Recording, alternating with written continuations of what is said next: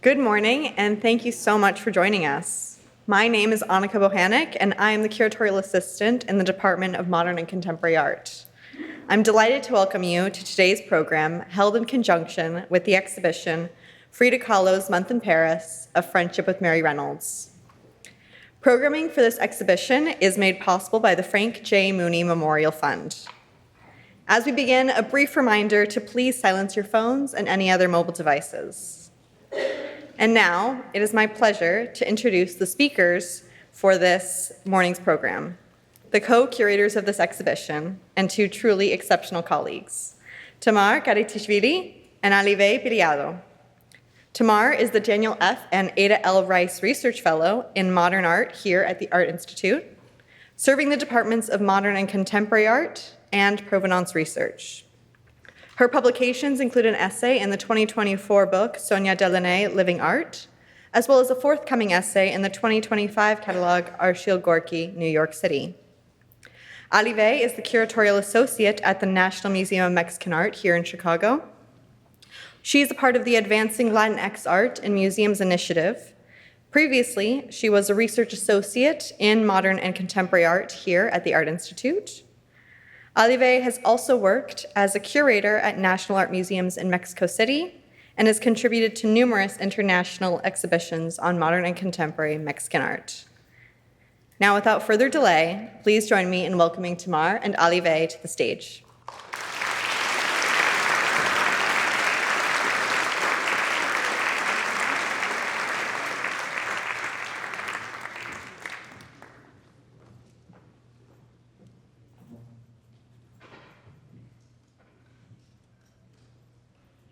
Hello.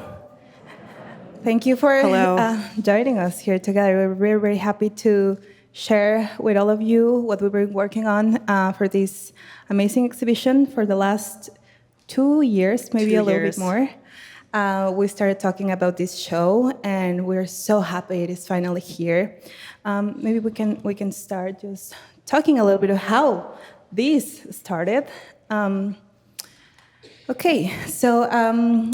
One of the things that how we started looking at the subject of this exhibition was this letter that you're going to see in the galleries. And I will also suggest when you go into these vitrines with the letters, you can access a QR code to read the entire letter.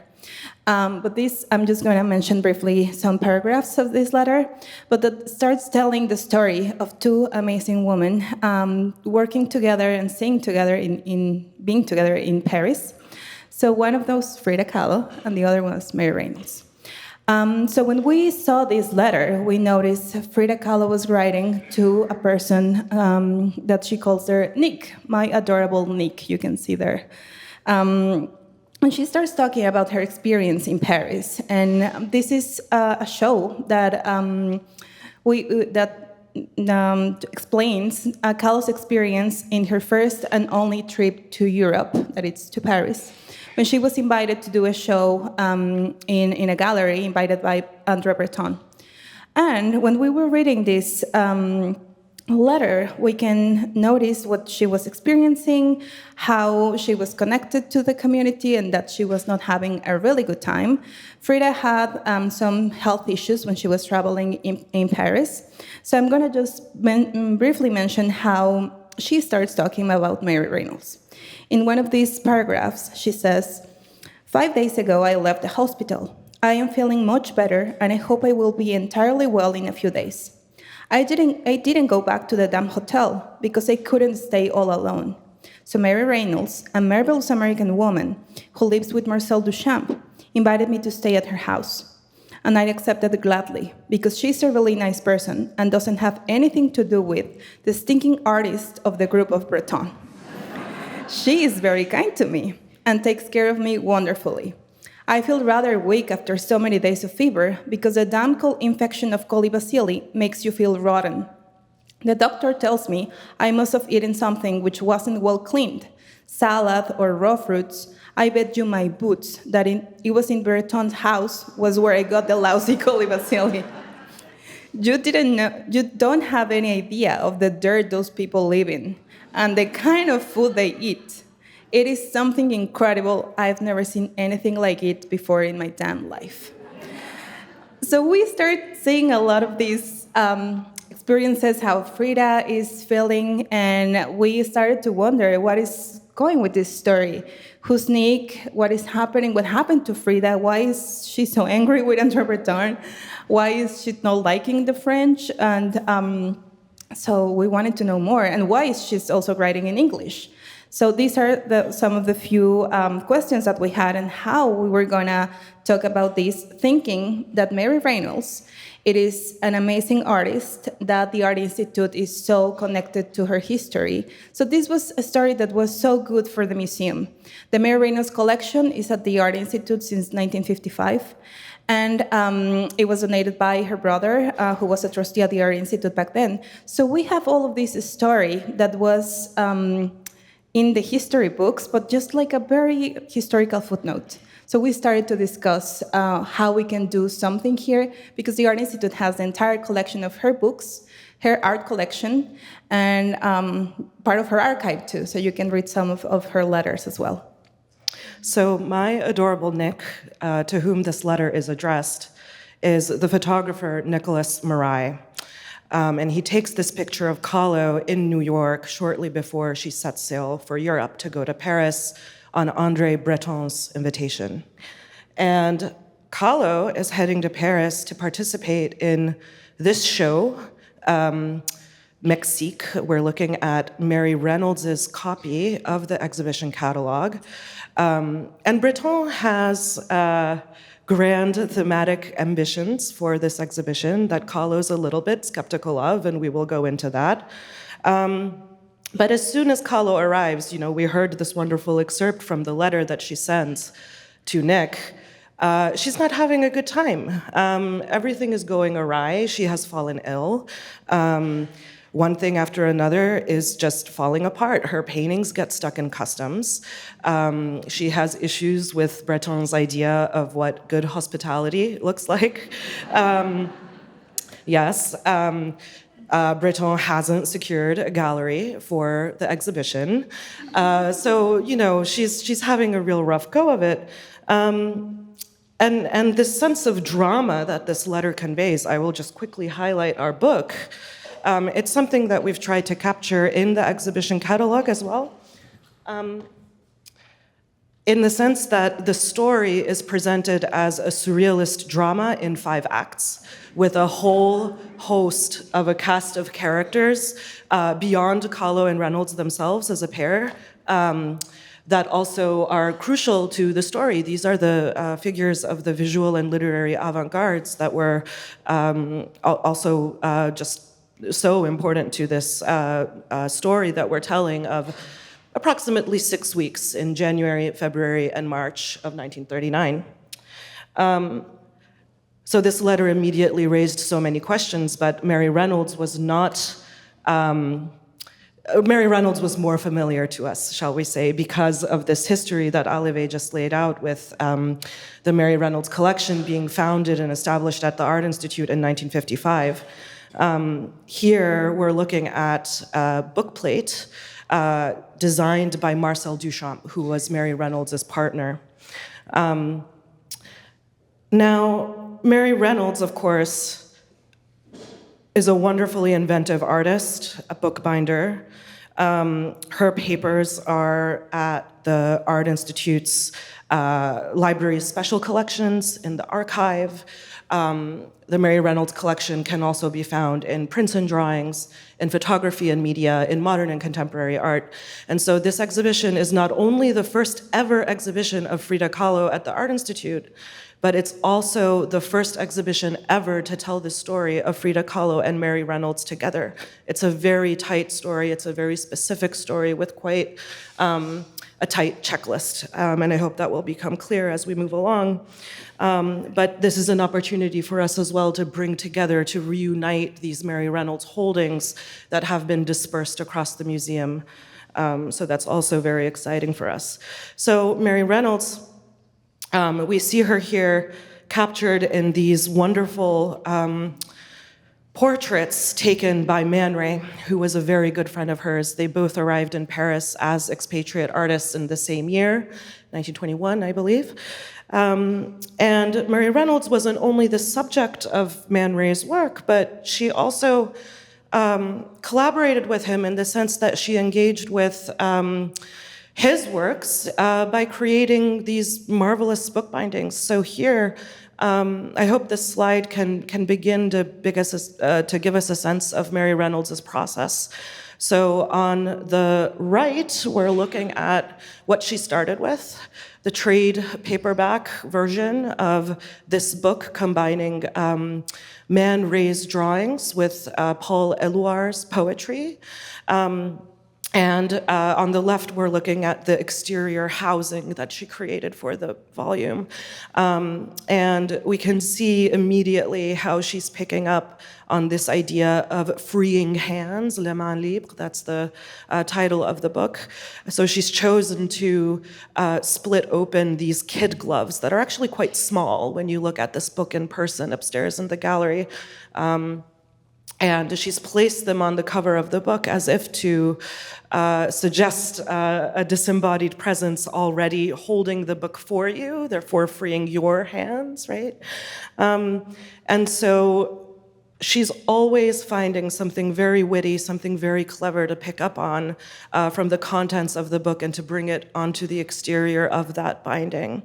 And, we're really hoping that in bringing these figures of Kahlo and Reynolds together, right? Neither of them really are the first people that would spring to mind when you think of surrealist artists, right? They both have this interesting relationship to the surrealist movement where they are in and out of it at the same time, right? They are both partners of artists as well, right? With Diego Rivera and Marcel Duchamp, respectively. They have so much in common in many ways. And today, Frida Kahlo is such an icon, but Mary Reynolds has not gotten the household name status that she really deserves. So we're so excited to be able to bring these two figures together. Alivé, would you like to take us back to the beginning of course. The story? Yeah, I also wanted to mention briefly how we're talking about these two women sharing a lot of things in common, also big differences about the work they do. Frida is doing lots of painting. She did also some drawing. But how they were engaging with materials. The work that we just saw, and I will maybe just go briefly back. I don't know how to. Well, we can do that. I can talk about the. Oh, there it is. Okay. So these two works I want to briefly mention because I think it goes really well with what you were mentioning, Tamar. How we can think about the book and this book that was. Published, and then Mary was doing this special bookbinding that was just for her, or sometimes she will do these bookbindings for her friends. And Frida was always also sometimes taking objects from other places, like this frame that she bought in a market in Mexico City, in Coyoacán, probably. And then all of that, only the painting in the middle and her portrait is part of what she did. So the rest of the frame, it was just a frame that she bought. All those colors with the birds and the flowers and painted glass that you can see there, those were not done by her. So she only did that painting. So we can see how they were engaging with artists and with other community, and how while Mary is working with books, Frida is working with other things that she also finds. So those are some ideas that I think why the surrealists were so interested and Andrea Breton was so interested in Frida. Mm-hmm. And then we can go back on why Andrea Breton was so interested in Frida. We can also mention briefly why she was so angry with Breton. It was not only the salad or the raw fruit that she ate at their house, but they met in 1938. Andrea Breton and Jacqueline Lamba traveled to Mexico City because he was invited to give 2 talks at UNAM, the National University in Mexico. And he also wanted to meet with Trotsky. And we have this photo here of Diego Rivera, Trotsky, and Andrea Breton, a photo by Manuel Álvarez Bravo, who's also part of this story, and you can find in the cast of characters in the catalog just how all these artists are intertwined into the story. So when André Breton traveled to Mexico, he went to Casa Azul, the current Museo Frida Kahlo in Mexico City. They met with Trotsky and got to see the paintings of Frida hanging in that house. And he said, this is so surrealist. He started to think all about what she was doing. And I think even Frida says, I didn't know I was a surrealist until André Breton came to my house and said I was a surrealist. Very skeptical into how she was thinking about that. But also she liked that connection. We know that in her library she had books of André Breton and of all of these artists. So she was interested in knowing what they were doing, but she was a little bit disappointed on how they were treating her and how things were going for the show that she was supposed to do and ended up doing in Paris. So we see that they're together in Mexico City. We see here a photo of Frida Kahlo with Jacqueline Lamba, André Breton's wife, who's also a painter and amazing artist. And the friendship that they two had together, I think it's also maybe incredible for another show. That they had a really amazing relationship. And opposite to Breton, with Jacqueline Lamba, she has a continuous friendship all through the 1940s. And Jacqueline Lamba goes in 1943 to visit her again in Coyoacán. Here they are in a fair in Pátzcuaro, Michoacán. So we can see this friendship and how they were starting to create a really nice connection between their work and what they did in Mexico and what she was supposed to do in Paris. Okay, so here we go a little bit into the beginnings, the first gallery of the show. So this first section that we have in the gallery is kind of like this introduction to both artists, to Frida and to Mary. We have a painting by that we have on loan by SF MoMA, and also one important thing to mention, the Art Institute does not have any Frida Kahlo in the collection. So all of these loans are coming from different institutions across the US, Europe, France, and Mexico.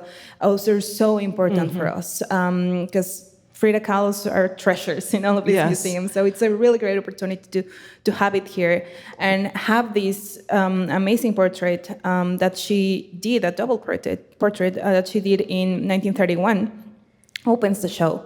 This is a portrait she did in San Francisco after she married Diego Rivera in 1929. They traveled to San Francisco where Diego Rivera was doing some murals, and then traveled to Detroit, and they lived in the US for 3 years. So that's when we know Frida was practicing her English a lot, and that's when we know how she was talking in English. She also learned different languages while she was growing up, and that is also the same, probably like in 1931, in the same year that she paints this, when she met Nick Murray, the person that she writes the letter to. And he was her lover for 10, 11 years, probably. So there's a lot of things that we can see in this time of Frida was experiencing. We get to see this portrait of where she's painting Diego Rivera with the palette and the brushes on his hand, while she's part of like the wife, and this is part of like you can see in the gallery that text that is just on top of it. It says, "Here I am with my husband Diego Rivera in San Francisco," and gives this painting to the collector Alfred Bender, and becomes the first work of Frida Kahlo to enter a museum collection in the world. So this was the first one in 1931. Yeah, I think it was the same year that goes to SF MoMA.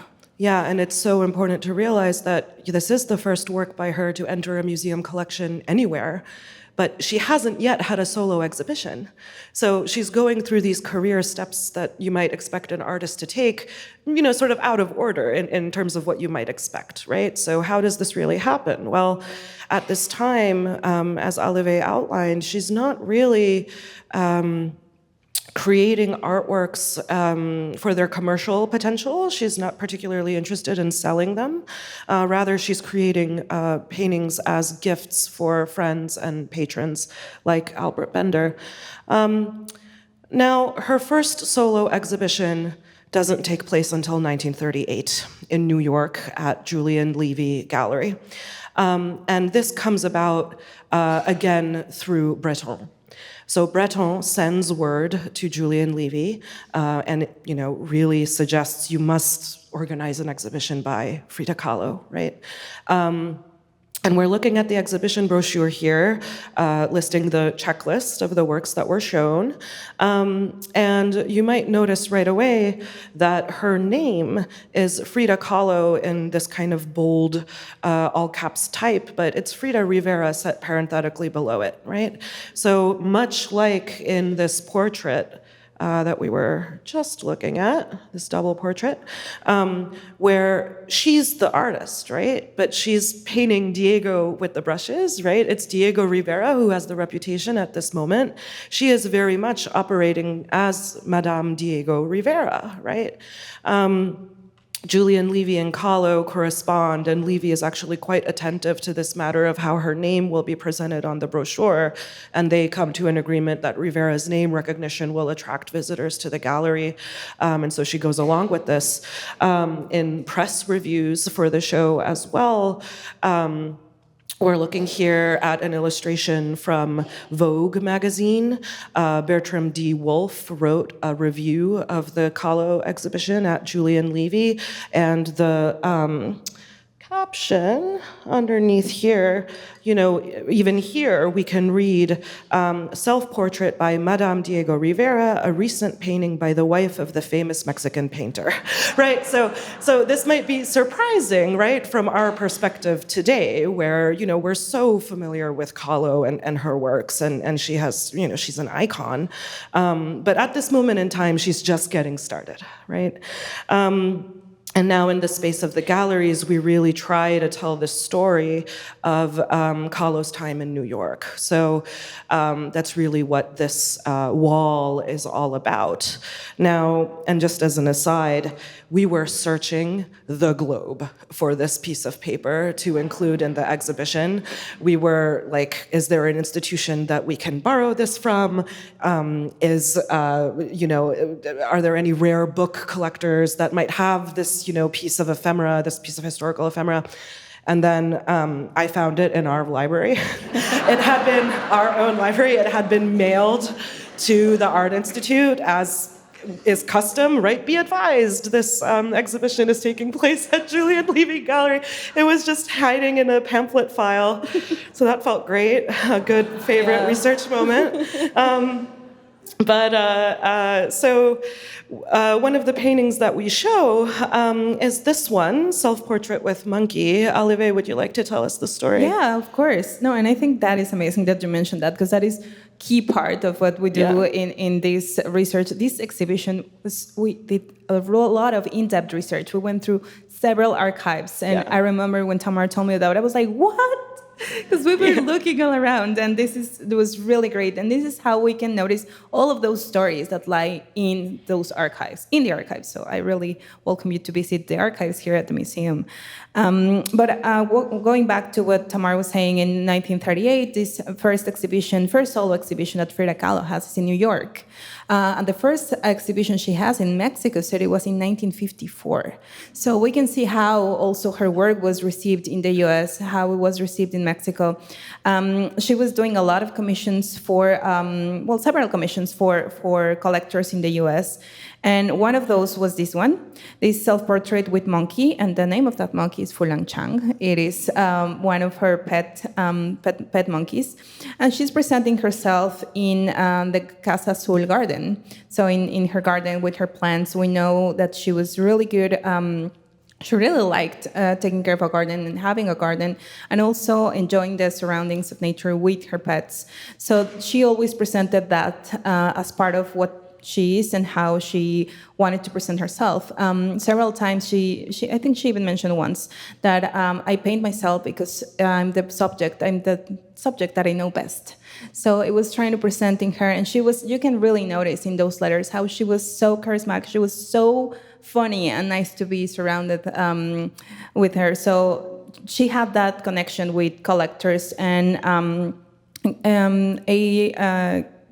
Goodyear had this work commissioned to her after he saw this painting that unfortunately we do not have in the show, but we wanted to put it in here so you can see the work that she was basing on, because the previous work that we just saw, she did that in New York, just thinking about her house. And this is a portrait that she did in Mexico, also with Fuliang Chang. And she promised this painting to her good friend, Maris Clar. So that's why she had to do another one for this other collector. And everything that was not sold in New York, she presented 25 paintings, and only 18 paintings traveled to France.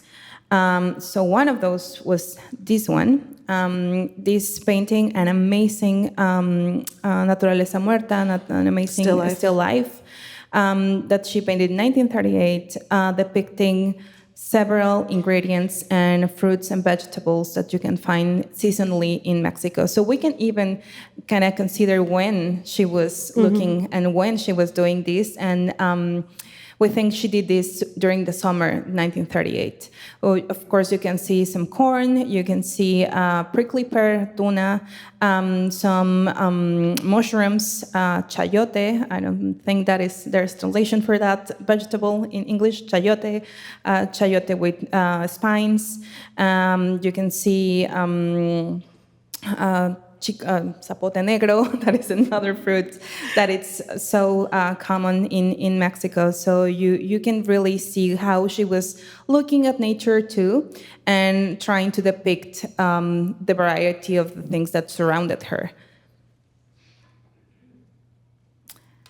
Do you want to guide us through this one? Yes, with pleasure. So this picture, the frame, is also one of the works that doesn't sell in Julian Levy, and it travels on to Paris for inclusion in Mexique. And there, it actually ends up getting purchased by the French state. And making this picture the second ever to enter a museum collection by Kahlo. And to this day, this is the only painting by Kahlo in a European public collection. So it's quite special, and we're so thrilled that the Pompidou would generously loan it. And as Kahlo is participating in Julian Levy, she's also spending time there in the galleries. She's really there to greet visitors. She's starting to get a sense of celebrity, is starting to get associated with her. And we see a little bit of this in this photograph of her captured by Julian Levy. And we also include these two prints in the exhibition that were taken by Nicolas Marais, and that really set the stage for Kahlo's introduction to Marcel Duchamp. Would you like to tell the story? Yeah. Those are also things that we have found, and these two photos are in the gallery. Those are vintage prints done in 1938, 1939. So the portrait to the right, we know that was titled the Breton portrait, because that was specially commissioned and asked. André Breton wanted to have this portrait, and in France, he wanted to collect it. So Nick Marais did this photo session. These are now iconic images. And if you look around the vitrine in the galleries, you will see a small inscription in the back of one of these that it says for Magda and Walter Pack, and also to their son. So who's this Walter Pack, and how are they all connected? So Walter Pack was another art historian who lived in Mexico during the 1920s, got to meet Diego Rivera, the muralist, the Mexican community of artists in Mexico City. And when Diego Rivera knew that Frida was going to New York to do this show, he sent a letter to Walter Pack, like, hey, Frida is going, you should go to this show. And then Walter meets Frida and knows that Frida is going to Paris, and Walter says, hey, you're going to Paris, you have to meet my friend Marcel Duchamp. He speaks English, you can talk to them, and he lives with Mary Reynolds. So you start to see how all of this is connected. We're talking about community and international communities, and that's how really art is connected worldwide, and how these creative artists and creative communities still, sorry. Yeah, no, it's fine. are still connected. So one thing that also we have in the galleries, this is where we have one of the letters with the QR code. You really don't miss reading this. It's so nice. You can see this small address book on the left. That is the Paris address book that Frida took with her. And we know that in the page that is open, it says Marcel Duchamp, 14 Rue Alivé. And that is the address of the house where she stayed. And that was actually Mary Reynolds' house, not just Marcel Duchamp. So we have all of these connections with all these inscriptions and small details that we know more about the story. So this is the first letter that she sent to Nick in February 6, 1939, when she was in the hospital, and we get to know much more about what she was feeling, how things are going in there, and what she was not happy with how the exhibition was going. And I'm just going to read a brief paragraph of this letter, because I think it's so important to understand the story. She says, in first place, the question of the exhibition is all a damn mess.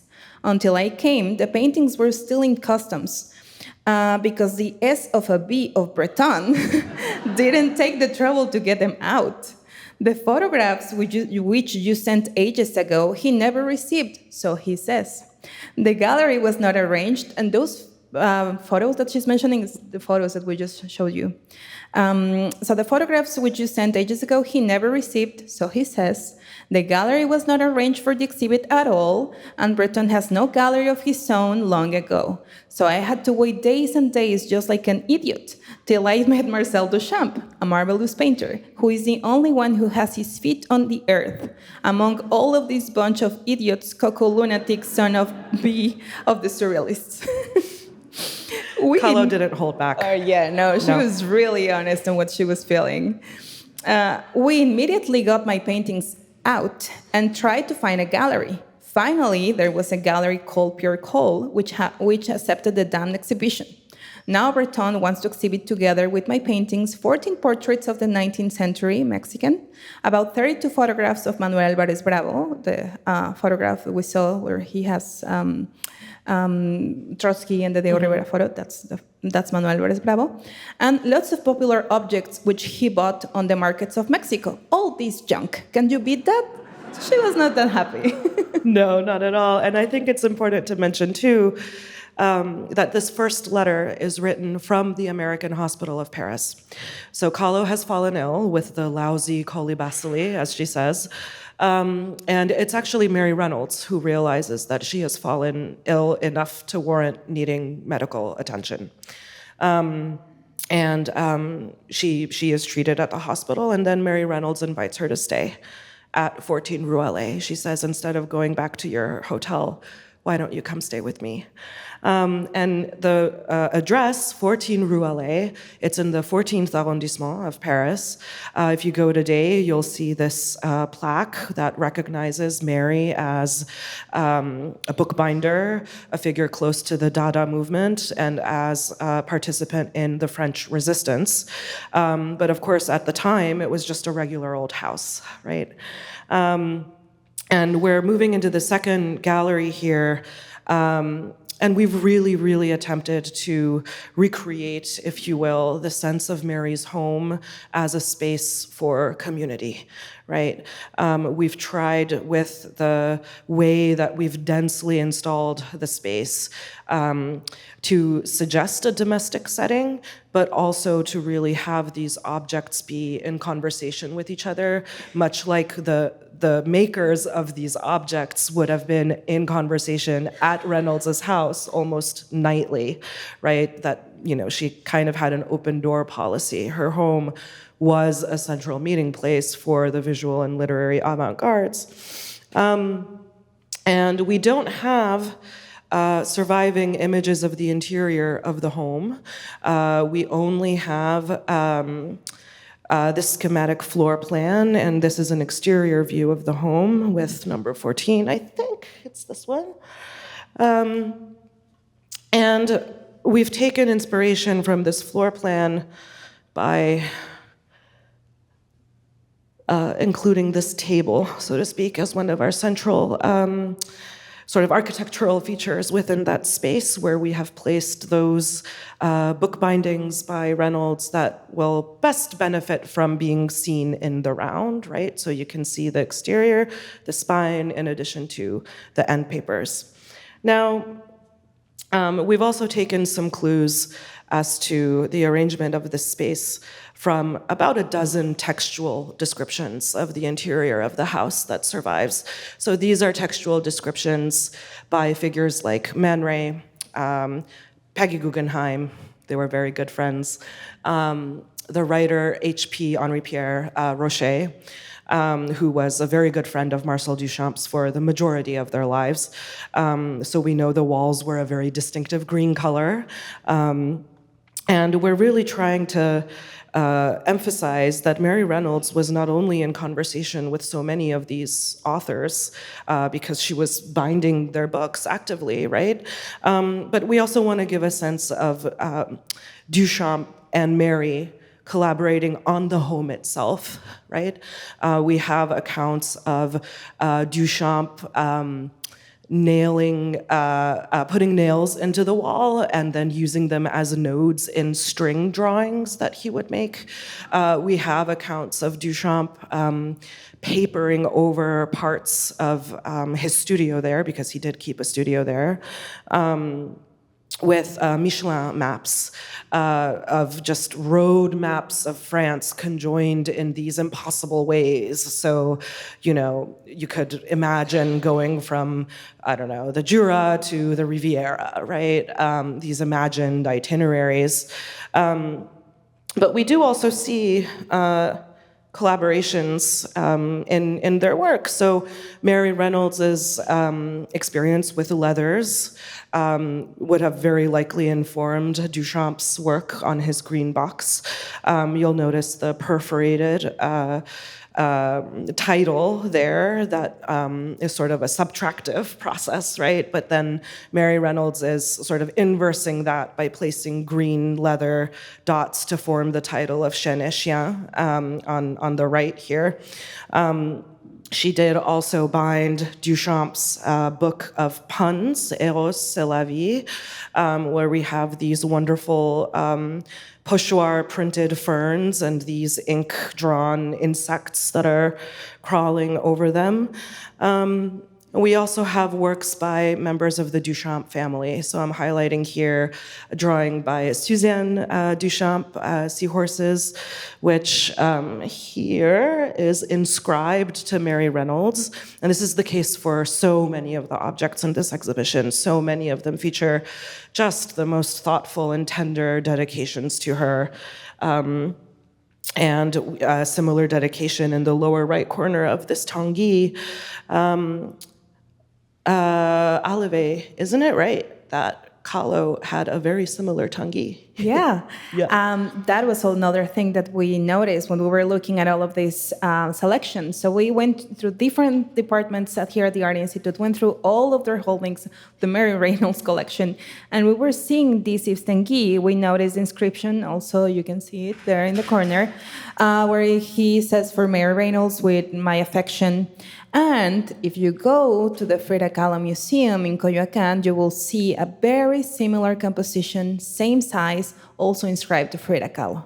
So we know it was the same at the same time that they were together, and then Yves Tanguy was giving this to Mary and one to Frida. So another connection was just in there and in the archive, because Yves Tanguy was very a very important person during this time for Frida. They were really good. They became good friends, and also he was the one who helped with the installation of the Mexique show. Let's continue. Just very quickly, I'll highlight this Brancusi sculpture. So Brancusi was also a very good friend of Reynolds and Duchamp.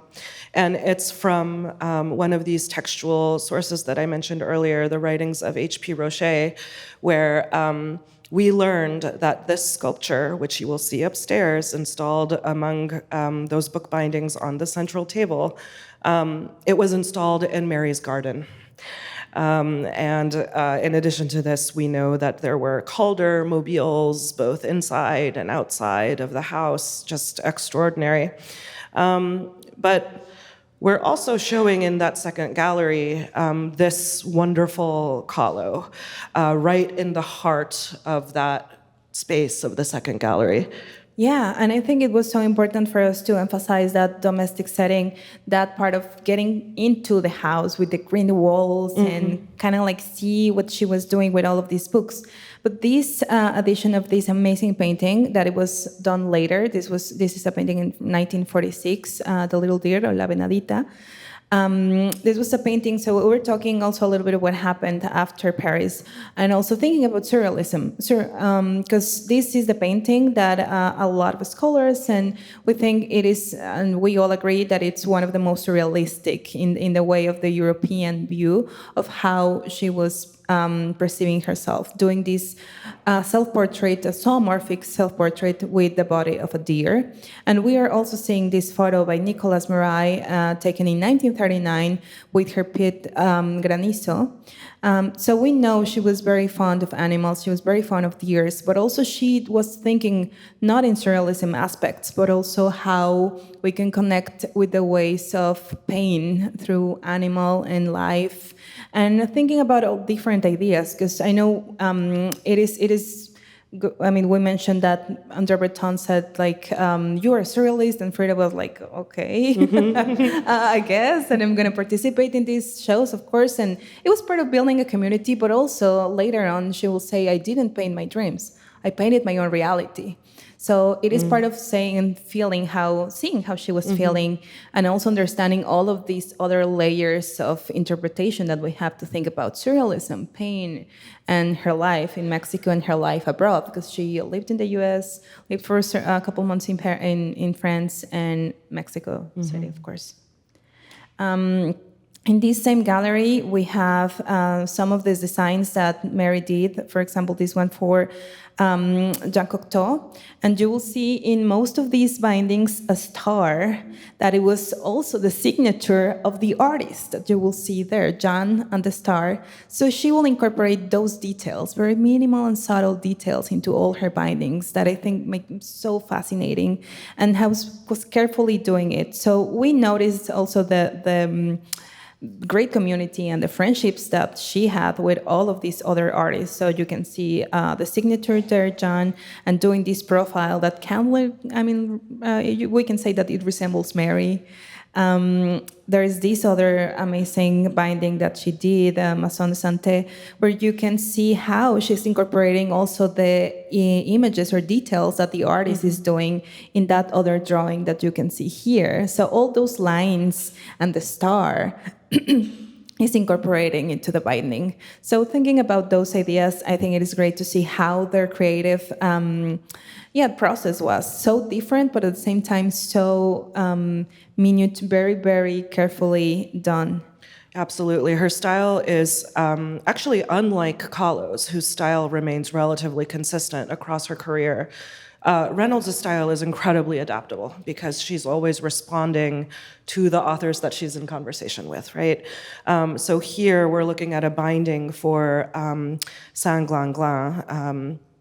And our research process also included going through these books and trying to understand why Reynolds might have made the design choices that she did, right? So here we see the little broken porcelain teacup handle that's placed on the spine, and it turns out that relates to the contents of the book by Raymond Queneau, because there is a protagonist in that book by the name of Zostrel, who raises his golf club and with a single vigorous blow smashes at least 203 plates, right? So she's taking something from the interior, right? She's taking something from the secret of the book within and putting it on the outside. And then there are others that really resemble sort of found object sculpture, you could say. This is another book by Raymond Queneau called Un rude hiver, or A Hard Winter in English. It's a story of unrequited love set in the French port city of Le Havre, known for its brutal winters. The concluding line of the book is, "It had never been so cold outside." And Reynolds has placed a thermometer on the spine of this book.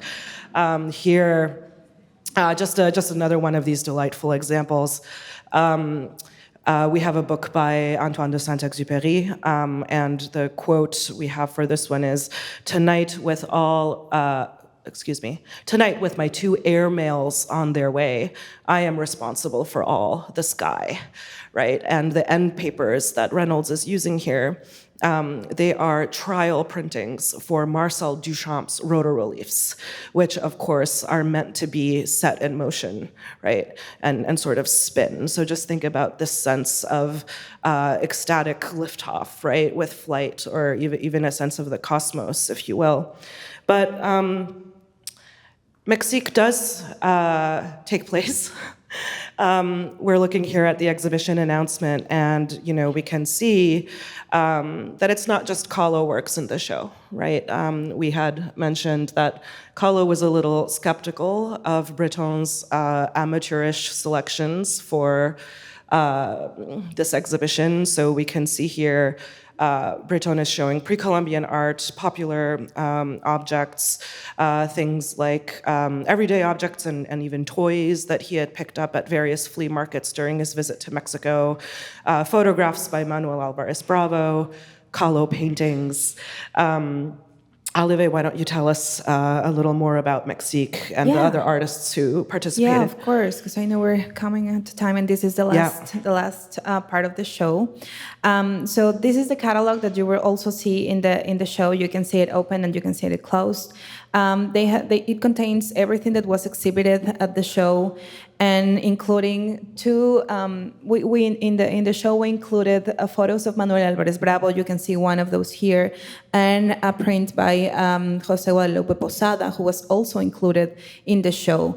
And Breton was fascinated of how Mexican artists, in particular José Guadalupe Posada, who invented La Catrina, for how they were connected to celebration of death and life. So kind of like lingering between these 2 spaces. So he was fascinated about those connections and wanted to bring José Guadalupe Posada into the show, and also wanted to bring this kind of like surrealistic and very kind of like whimsical photos by Manuel Alvarez Bravo.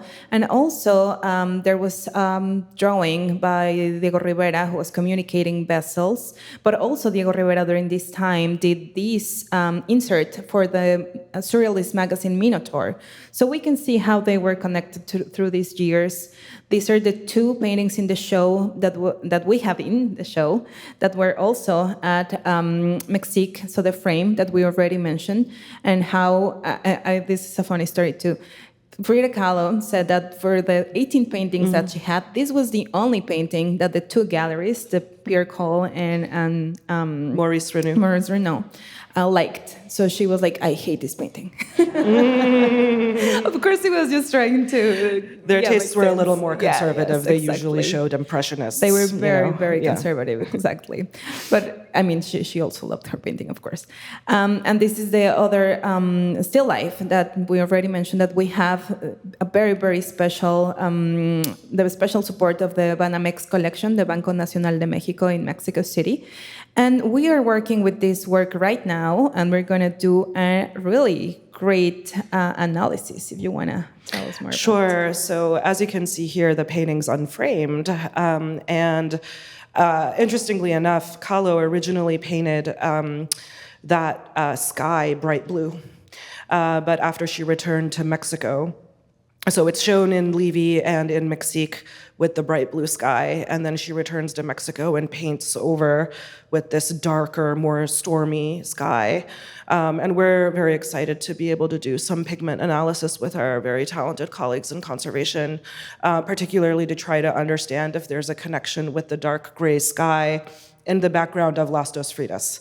So one of her biggest paintings and one of her most important double self-portraits. But just in the interest of time, why don't we move into post-Paris? Yes. Yeah. And one of those other archive finds that we had was this letter that was only included as a footnote in a book. And this is a letter that Mary sent to Frida after she left Paris, after the exhibition closed. And she's sending her, like the post, like the the letters that she received at 14 Rue Allée. And there is a really nice quote where she says, "The house is still and doesn't know itself. Every single thing misses you tremendously." So you can really feel how close they became during this time. And I mean, I know that there was another quote that you wanted to mention. Yes, another just delightful part of this letter. And also, isn't it so great to be able to get a sense of Mary Reynolds' voice, too? She writes towards the end of this letter, "Too many coñacitos, in fact, make this a very foolish letter. We do miss you terribly and want you to come right back. Isn't there just a spark of hope that Diego may be moved by Mr. What's-His-Name, de Mural in Paris?" Right? So hoping that that might be the incentive for Kahlo to come back. But of course, World War II is looming, and that is not possible.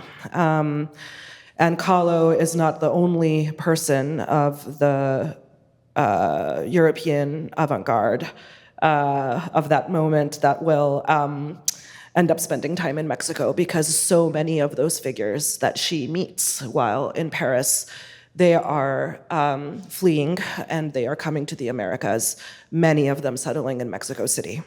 And many of them participate in a very important exhibition, the International Exhibition of Surrealism, held in 1940.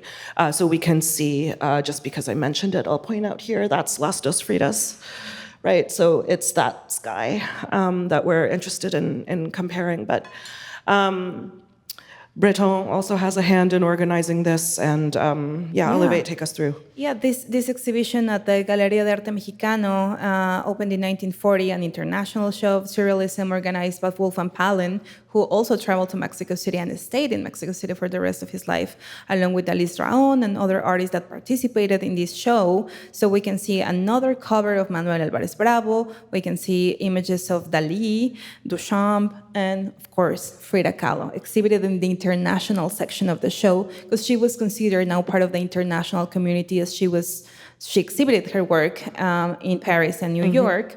And another paintings that we have after 1939, after she left, is this portrait from the MoMA collection, self-portrait with cropped hair, where she's presenting herself with cropped hair after she goes in through this divorce with Diego Rivera. So she's wearing suit, very similar to the suit that we saw in the first painting, where she's depicting herself with Diego Rivera, and has this lyric at the top of the work that it says, "Look, if you like me, it was because of the hair. Now that I have no hair, you don't love me anymore." So it is part of a song, and it is part of how her work was responding to her life events. And so part of what we also wanted to do in this last gallery was what happened after Paris, what is going on with what was Frida doing after she leaves, what is Mary doing, and what is also all of these artists were doing. And I think it's good to mention it. So we're looking at the third gallery now, and in that vitrine, you see Duchamp's boîte en valise, or box in a valise, right? And it's really with this work that we're emphasizing this need to pick up one's life and leave, right? Because this is the work where he's placed miniature reproductions of his life's work into a suitcase, right? He's disguising himself as a cheese merchant in order to cross between the occupied and unoccupied zones of France at this time. This particular boîte is incredibly special. It's number 0 out of 20 from Series A, and it's dedicated to Mary Reynolds. It's incredible. But Mary herself, while all her friends are leaving, she stays behind until it's almost too late. She remains in Paris, stubbornly refusing to leave until September 1942. And she leaves. She first heads to Lyon, illegally crossing the line of occupation. She then heads to Pau. From there, she is hoping to cross into Spain, and she indeed crosses the Pyrenees on foot, only making it to New York in early January 1943.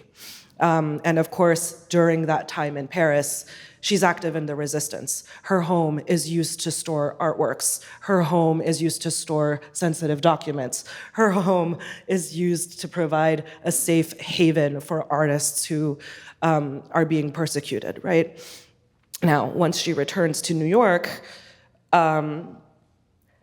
she is able to reconnect with a longtime friend of hers, the journalist Janet Flanner. And Janet Flanner writes this incredible 3-part serialized story that is published in The New Yorker in 2 issues in May and 1 issue of June of 1943 called The Escape of Mrs. Jeffries. We know that Mrs. Jeffries is Mary Reynolds, so it's this very lightly fictionalized account of Mary's escape. And Mary actually briefs the Office of Strategic Services on the activities of the French resistance. That's the forerunner of the CIA. And for a brief moment, she's hopeful for employment there while she's waiting out the war, but she's not offered a position in the end. But as we're coming to a close here, we have glimmers of lasting fondness, shall we say. This is Mary's portrait by Man Ray that was actually owned by Frida. This is a loan from the Museo Frida Kahlo. Alivé, bring us home, would you? Yes, of course. No, I think it's so important to say, I mean, to mention how they were all involved in political activity. We know Frida Kahlo was very involved in political activity in Mexico.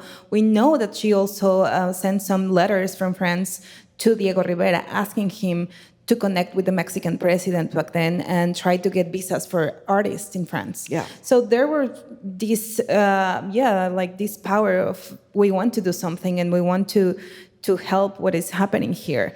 And this photo, I think, kind of like finishes how we can finish this story at this point. I mean, there's a lot to say, and I don't think we will ever finish to dig into all of the archives that really can tell more about this story. But this is the photo that Frida takes with her to Mexico, and until today, it's part of the Frida Kahlo collection. So we know they were very fond of each other. We know that it was very important at this time to be connected, and how important it is to have 2 women working, maybe not in the same things, of course, but working in creative practices during 1939, 1940, just before the war in Europe, and just with all of these changes in the 20th century. And I think it is really, really important to understand connections, to understand community and transnational collaborations between women. So that's why we are so happy to have this show in the museum.